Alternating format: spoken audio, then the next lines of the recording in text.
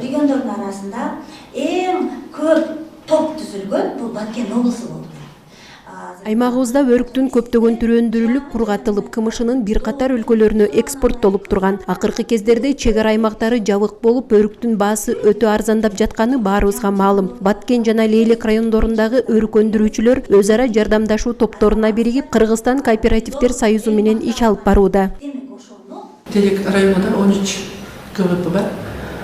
Бул кооперативге түзүлгөнүнүн негизги элементи ошол темасы айтып тургандай, нукура өрүк, таза өрүктү биз мүмкүн болушунча ички сырткы миграцияга экспорт кылууда. Бул кооперативден биз эмнени күтүп атабыз?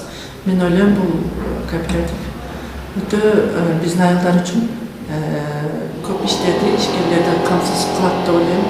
Урпия Саттарова чек арада жайгашкан Максат айылынын тургуну. Ал Нукура өрүк кооперативинин мүчөсү катары атайын окуулардан өтүп жатканын айтат.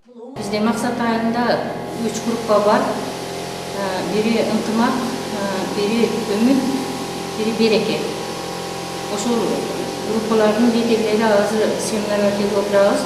Бул Нукура өрүк кооперативине киргенибиздин себеби ушул Айнура эжелер бизди өзүгө тартты да, баягы ошол өзүнөн чыккан товарларды качественный кылып, кантип базарга барып кымбат баалуу сатышты бизге үйрөтүп атат да. Кыргызстан кооперативдер союзунун өкүлү өрүктү жаңыча кургатып, наристелер үчүн шириндик ордуна да табигый азык катары колдонуунун зарылдыгын белгилейт. Биз конфеттен кетишибиз керек, чупа-чупстан кетишибиз керек. Ал жерде полный химия.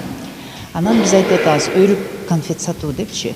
Өрүктү ачып, ага данегин ичине чагып салып, мындай бири-бирине кайра чаптап, анан бирден упаковкаласак, конфет окшош болуп калат да. Ошондой конфет сымак кылып рынокко алып чыгалы. Анткени биздин экспорт ориентированный продукция да болчу. Сырттагы рынок ошону сурайт да. Кооператив аркылуу өрүктү табигый жол менен кургатылары айтылууда. Ал эми өрүктөн даярдалган азыктар калк арасында кеңири жайылтылса, жергиликтүү базарларда шириндикке болгон талап катары таратылары анык. Каныша Яшимова, Бакытбек Саитов, Алтын бешик жаңылыктары.